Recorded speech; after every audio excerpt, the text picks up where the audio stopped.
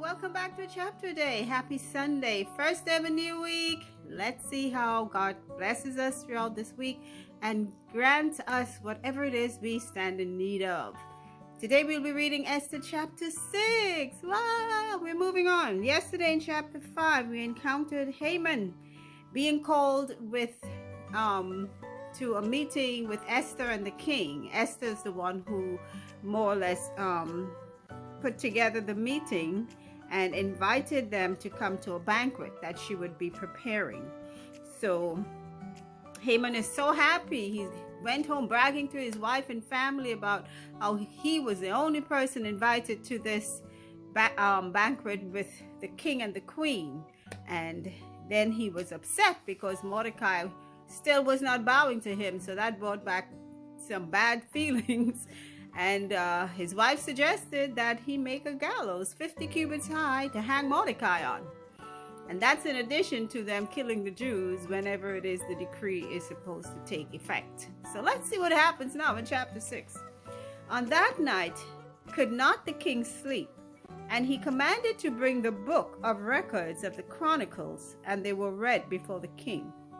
And it was found written that Mordecai had told of Bigthana and Teresh, two of the king's chamberlains, the keepers of the door, who sought to lay hand on the king Ahasuerus. And the king said, "What honor and dignity hath been done to Mordecai for this?" Then said the king's servants that ministered unto him, "There is nothing done for him." And the king said, "Who is in the court?"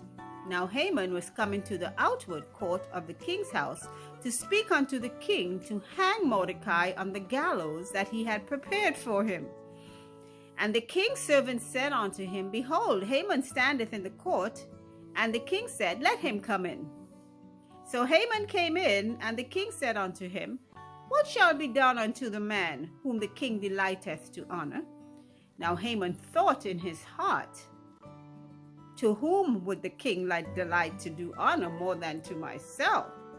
And Haman answered the king, "For the man whom the king delighteth to honor, let the royal apparel be brought which the king useth to wear, and the horse that the king rideth upon, and the crown royal which is set upon his head. And let his apparel and horse be delivered to the hand of one of the king's most noble princes, that they may array the man withal whom the king delighteth to honor, and bring him on horseback through the street of the city, and proclaim before him, Thus shall it be done to the man whom the king delighteth to honor." Then the king said to Haman, "Make haste, and take the apparel and the horse as thou hast said, and do even so to Mordecai the Jew, that sitteth at the king's gate. Let nothing fail of all that thou hast spoken." Oh my gosh. Talk about a twist of fate. You see that? Now, I'm going to say this. Be careful the traps you try to set for other people. You are going to find yourself caught in it. Now, here is what's happening. The king can't sleep, and he asked one of his servants to bring the book where they keep records of things that has happened. You know, there's no internet and all that stuff and computer for them to record stuff, so they have to do it by hand, keep it in a book. He sees that the person who exposed the plot between these two men to kill him, the king, was done by Mordecai. So he's asking what was done to reward Mordecai for this. And he was told nothing has been done. So the king said, "You know what? Well, Haman," and I believe he was one of the king's chief advisors, happened to be in the court, coming to ask the king for permission to build the gallows so he can hang Mordecai on it. And the king tells him, "Hey, what would you do if somebody, what if you wanted to really honor someone?" So he, Mr. Haman, Mr. full of self, Mr. full of pride, is saying, "Oh, that must be for me." So he suggests all the lavish things. Put him on your best horse, give him your crown, put him in your robe, and let someone else parade him throughout the streets, thinking it's himself the king was referring to. So the king said, "Okay, go to get Mordecai the Jew, and you do exactly what you said, everything, and don't let anything not be done." Isn't that funny? That is irony. Okay, verse 11. Then took Haman the apparel and the horse, and arrayed Mordecai, and brought him on horseback through the street of the city, and proclaimed before him, Thus shall it be done unto the man whom the king delighteth to honor. And Mordecai came again to the king's gate, but Haman hasted to his house mourning and having his head covered. You could imagine how he felt.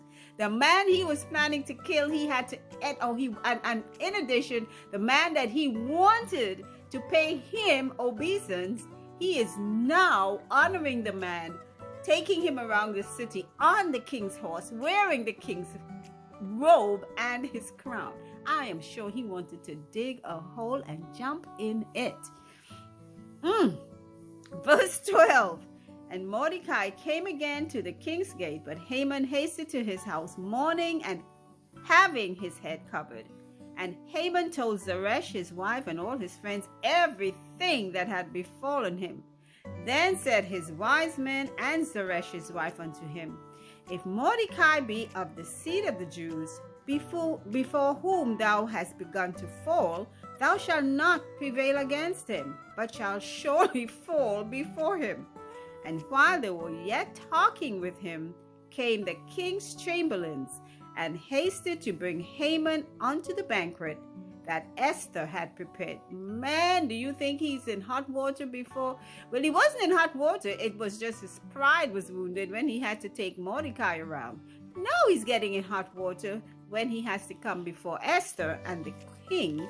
And let's see what happens. And that's going to be chapter 7. That's the end of chapter 6. I'm telling you, be careful who you try to create a problem with. If you try to bring up bad conditions for someone else who is a child of God, it's going to fall back on you. Especially if that person is a praying person and has a close connection with God. If it's one of God's children, you are messing with God's children, and you are trying to create a demise for them, or create their downfall, be careful. The pit you dug, you're going to fall into it. Okay? When God's hand is on his children, no man can touch them. No one can touch them. Okay. So, wow. I almost feel sorry for Haman. Pride goes before a fall, and a haughty spirit before destruction. And we'll see it coming to Haman. Okay, so until our next reading, thank you all for listening. And once again, keep on, because that's how our faith will grow. Take care. Bye.